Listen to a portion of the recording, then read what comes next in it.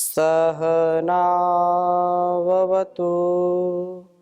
सहनौ भुनक्तु सह वीर्यं करवावहै तेजस्विनावधीतमस्तु मा विद्विषावहै। ओम शांति शांति शांति। गीता सार की इस कक्षा में आप सभी श्रोताओं का, दर्शकों का हृदय की गहराइयों से हार्दिक अभिनंदन है। निरंतरता से हम स्वाध्याय कर रहे हैं श्रीमद् भगवद गीता का, और 14वें अध्याय का स्वाध्याय चल रहा है, जिसमें अभी तक हमने 18 श्लोक पढ़े हैं। आज हम आगे पढ़ेंगे, और बहुत ही सुंदर बात कही है 18वें श्लोक में। जो व्यक्ति इसको समझ लें तो वास्तव में जो अपने कल्याण को चाहेंगे वो कभी भी अधोगति को प्राप्त नहीं हो सकते हैं, क्योंकि जो सतोगुण से युक्त व्यक्ति है वही व्यक्ति सदैव उन्नति के पथ पर जाएगा। ऊर्ध्वं गच्छन्ति सत्वस्था मध्ये तिष्ठन्ति राजसाः जघन्य गुण वृत्तिस्था अधो गच्छन्ति तामसाः। ये एक बिल्कुल सीधा, बिल्कुल सरल, बहुत ही साइंटिफिक, जो वैज्ञानिक तथ्य सत्य है, भगवान श्री कृष्णचंद्र जी हमको सबको बता रहे हैं वो। क्योंकि गीता का उपदेश तो ये सार्वभौमिक उपदेश है। वो जितना प्रासंगिक महाभारत काल में था उतना ही प्रासंगिक आज भी है, उतना ही कल्याणकारी आज भी है, और ये आगे भी ऐसा ही रहेगा। ये भगवान ने जो उपदेश किया है केवल अर्जुन को ही नहीं, अपितु ये जो वेद व्यास जी ने जो महाभारत में जो विशेष उपदेश दिए हैं वो हम सब के लिए हैं। हम इन समस्याओं से सदा जूझते रहते हैं। इन समस्याओं के समाधान के लिए बहुत ही सरल उपाय भगवान ने यहाँ बताया है। तो हम यदि अपनी प्रकृति को जान लें और जानकर के बदलने का भी सामर्थ्य रखते हो, अपने स्वभाव में परिवर्तन का भी यदि हम उत्साह रखते हैं, तो संसार में कोई ताकत हमको कभी भी पराजित नहीं कर सकती है। हम सदा विजयी होंगे। हम पराजित कब होते हैं? जब अपने ही से हम पराजित होते हैं। मन के जीते जीत है, मन के हारे हार। हम जब स्वयं पराजित अपने को अनुभव कर पाते हैं तो संसार में हम सबसे पराजित हो जाते हैं। और जब हम अपने आप को सबल, सक्षम, धीर, वीर, गंभीर मानते हैं तो दुनिया की कोई ताकत हमको कभी हरा नहीं सकती। हम सदा विजयी होंगे। तो अपने स्वभाव को हम समझें। रजोगुण, जो सतोगुण, तमोगुण, रजोगुण आदि की जो चर्चा है, तो इनको हम ठीक ठीक समझें, क्योंकि संसार में अपने स्वभाव को बदलना ये बहुत कठिन काम है। अपने नेचर को चेंज करना, this is very difficult work. बोले क्या करें, आदत पड़ गई, स्वभाव बन गया। तो स्वभाव हमारा अच्छा हो, उसके लिए ये बात कही कि ऊर्ध्वं गच्छन्ति सत्वस्था। जो ऊंचाई को प्राप्त करना चाहते हैं, जो शीर्षस्थ होना चाहते हैं, उनको तो सतोगुण में ही रहना चाहिए। और ये बिल्कुल सत्य बात है। आगे हम चल रहे हैं। 19वां श्लोक देखिए। नान्यम गुणेभ्यः कर्तारम यदा द्रष्टानुपश्यति गुणेभ्यश्च परं वेत्ति मद्भावं सोऽधिगच्छति।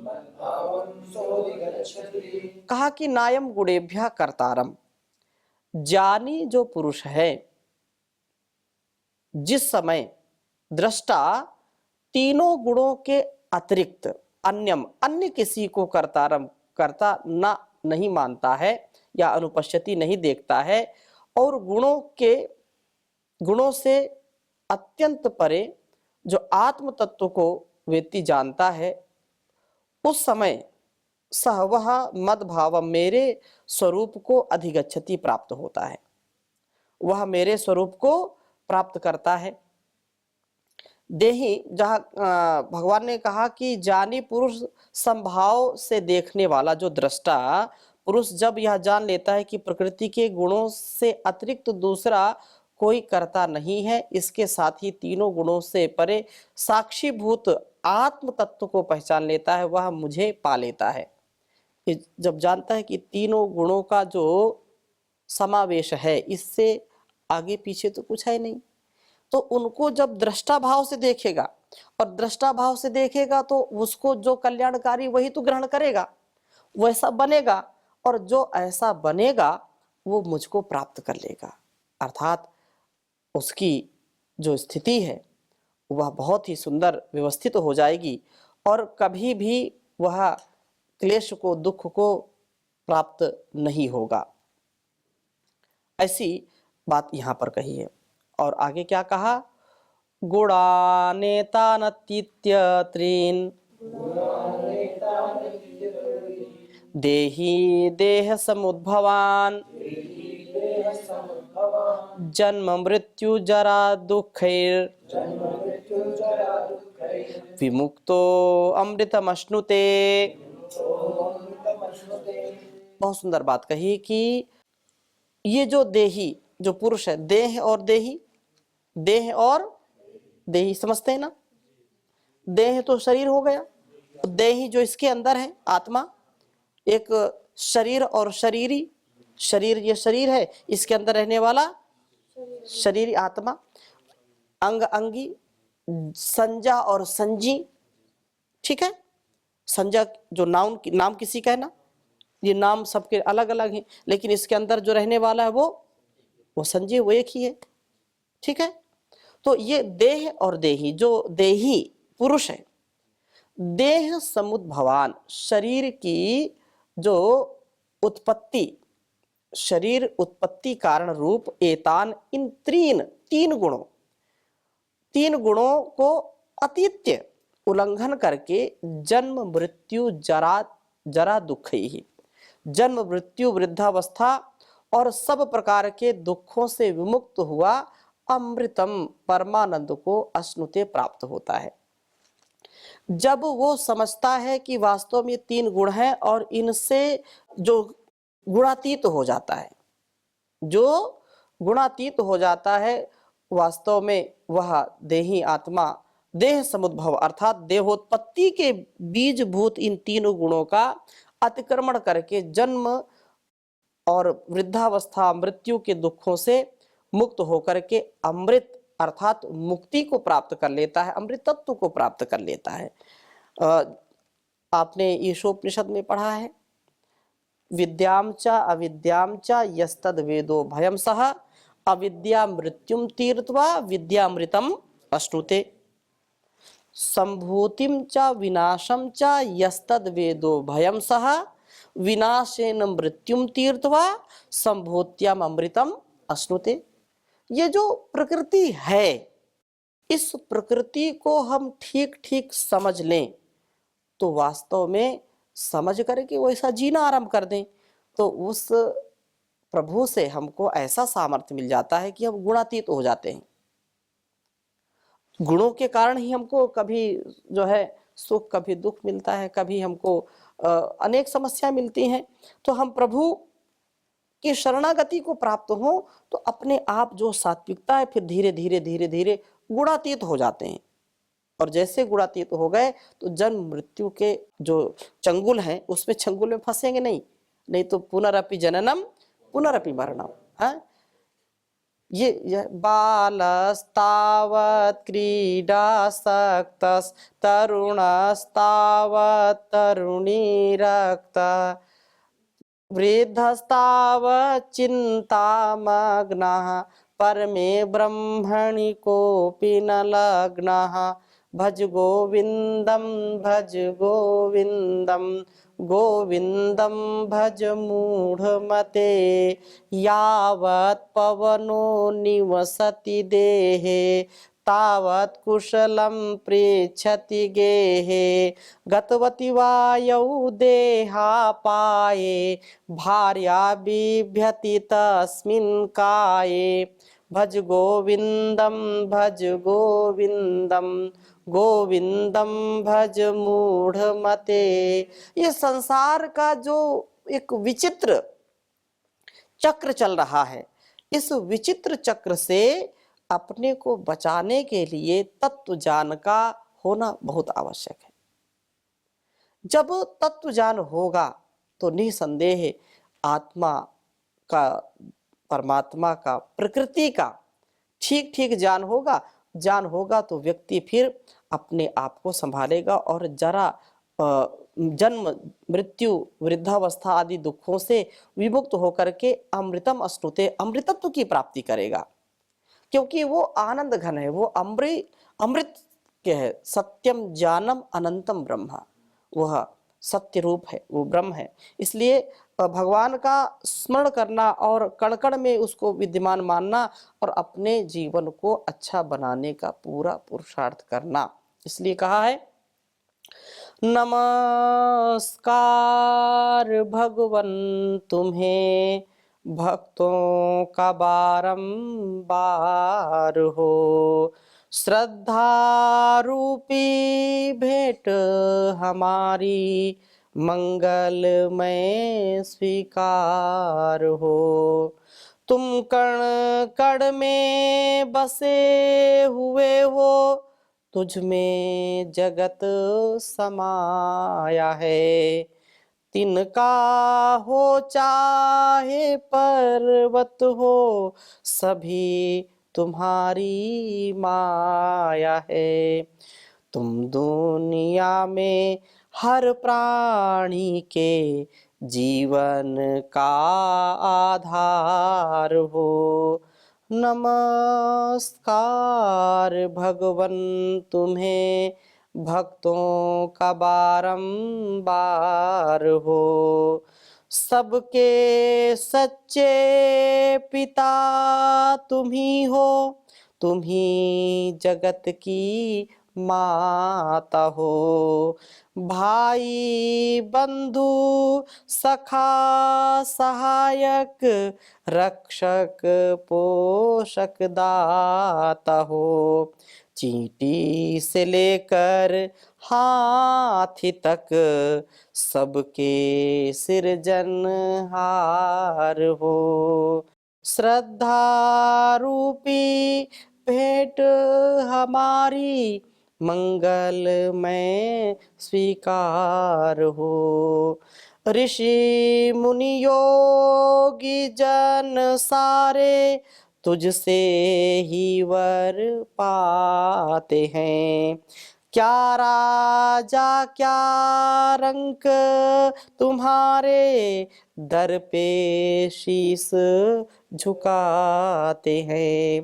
परम दयालु परम कृपालु करुणा के भंडार हो। नमस्कार भगवन तुम्हें भक्तों का बारंबार हो। तूफानों से घिरे पथिक प्रभु तुम ही एक सहारा हो। डगमग डगमग नैया डोले तुम ही एक किनारा हो। तुम केवट हो इस नैया के और तुम ही पतवार हो। तुम केवट हो इस नैया के और तुम ही पतवार हो। श्रद्धा रूपी भेंट हमारी मंगलमय स्वीकार हो। मंगलमय स्वीकार हो। मंगलमय स्वीकार हो। तो हम उस परमात्मा की शरणागति को प्राप्त करें और अपने नेचर को, अपनी प्रकृति को, कुछ लोग बोलते नहीं प्रकृति तो कभी व्यक्ति बदल नहीं सकता, जिसका जो स्वभाव, बात बिल्कुल ठीक। बोले कुत्ते की पूंछ को चाहे कितने ही दिन पाइप में डाल करके रखो, कभी सीधी हो ही नहीं सकती। लेकिन ये बात भी बिल्कुल सत्य है कि जब संकल्प हम लेते हैं, प्रण करते हैं, तो हमने इतिहास पढ़ा है, इतिहास उठा करके देखिए कि कितने व्यक्ति स्वभाव में चेंज कर पाते हैं, कितने लोग अपने अमूल चूल जीवन को परिवर्तित कर देते हैं। तो जीवन में कुछ भी असंभव नहीं है, हम निराश हताश ना हो, जीवन में सब कुछ संभव है यदि हम करना चाहें। तो आगे भी इसी बात को कह रहे हैं कि जो है जीवन, अर्जुन अब यहाँ पूछ रहे हैं, अर्जुन को भी शंका है, उन्होंने बहुत कुछ सुना भगवान से और फिर प्रश्न किया। क्या कहा? कैलिरंगै स्त्रीन् गुणान् एतानातीतो भवति प्रभो, अतीतो भवति प्रभो, किमाचारः कथं चैतान् स्त्रीन् गुणान् अतिवर्तते।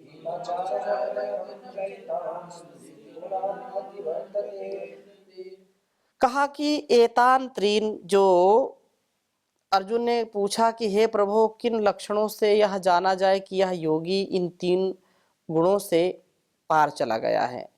उस त्रिगुणातीत जो स्त्रीन गुणान जो है, कहा कि कैलई रंगई तीन गुणान एतान अतीतो भवति प्रभो, किमाचारा कथम चैतास्तीन गुणान अति वर्तते।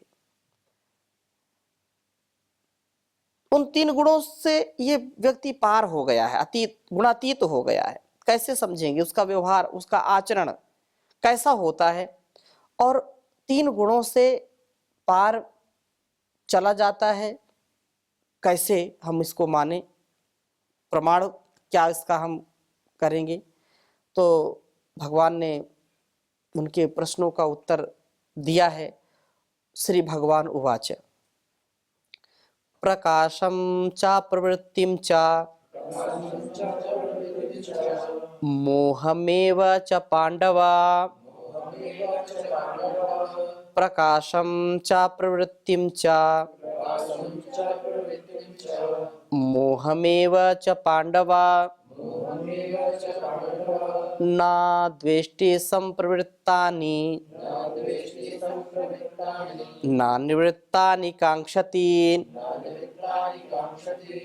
कहा कि न द्वेष्टि संप्रवृत्तानि न निवृत्तानि कांक्षति। गुणातीत के क्या लक्षण है, क्या पहचान, क्या लिंग है उसका?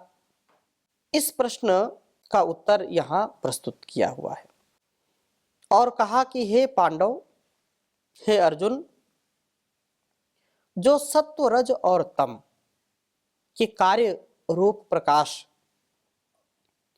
प्रवृत्ति और मोह को प्राप्त होने पर द्वेष नहीं करता और प्राप्त न हो तो उनकी आकांक्षा नहीं करता, ऐसा होना त्रिगुणातीत का लक्षण है। गुणातीत का आचार कैसा होता है, इस प्रश्न का भी उत्तर आगे दिया जा रहा है। परंतु यहां पर जो इस श्लोक में कहा है कि हे अर्जुन, जो सत्व गुण के कार्य रूप प्रकाश को और रजोगुण के कार्य रूप प्रवृत्ति को, प्रकाश प्रवृत्ति और मोह तम, ठीक है ना, ना तो प्रवृत्त होने पर द्वेष करता है और निवृत्त होने पर न उनकी आकांक्षा करता है। तो ऐसा जो शोक से, मोह से जो बचा है, जो आकांक्षा से बचा है, तो इसको समझ लेना चाहिए कि यह त्रिगुणातीत हो गया।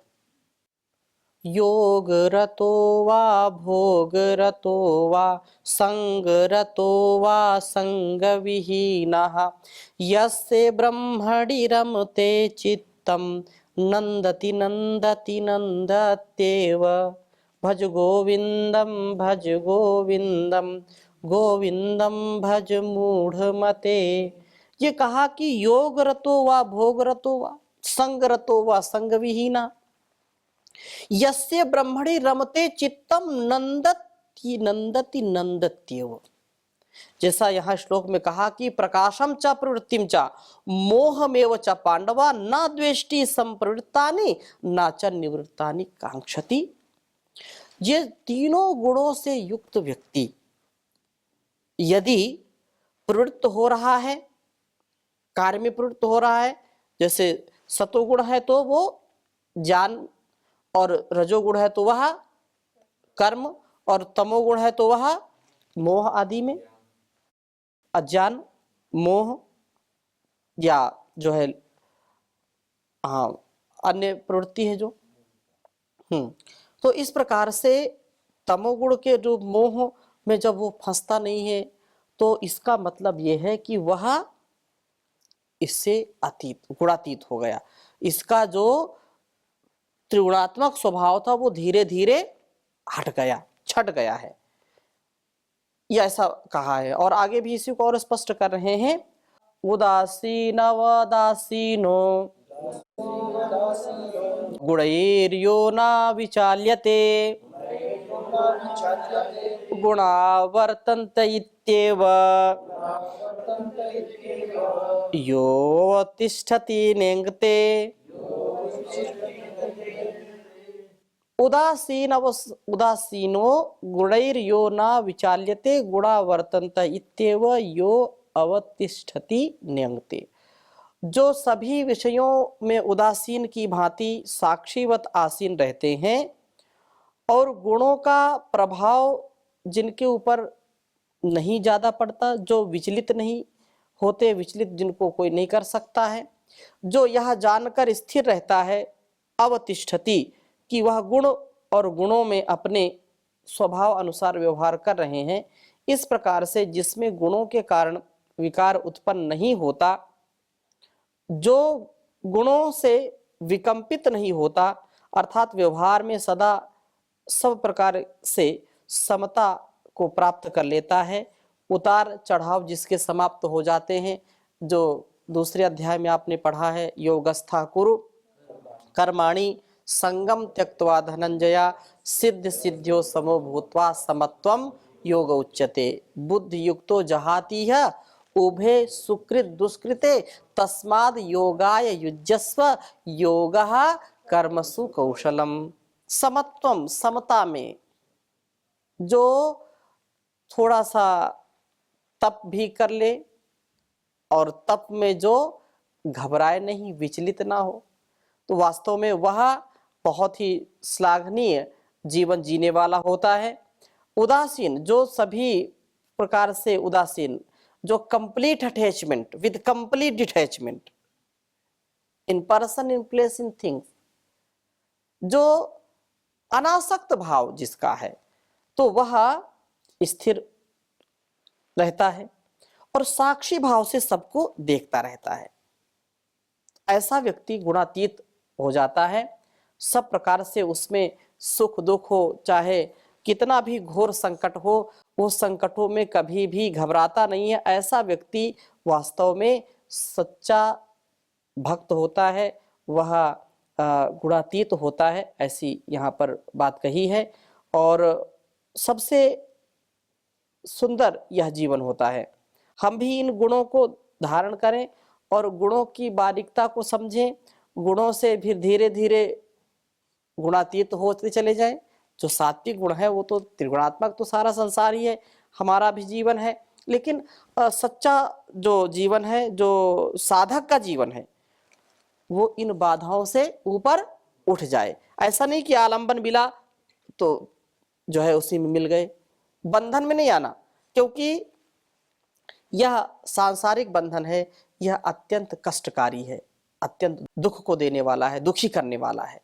तो यहीं पर आज विराम लेते हैं, शेष चर्चा अगली कक्षा में करेंगे। ओम शांति शांति शांति।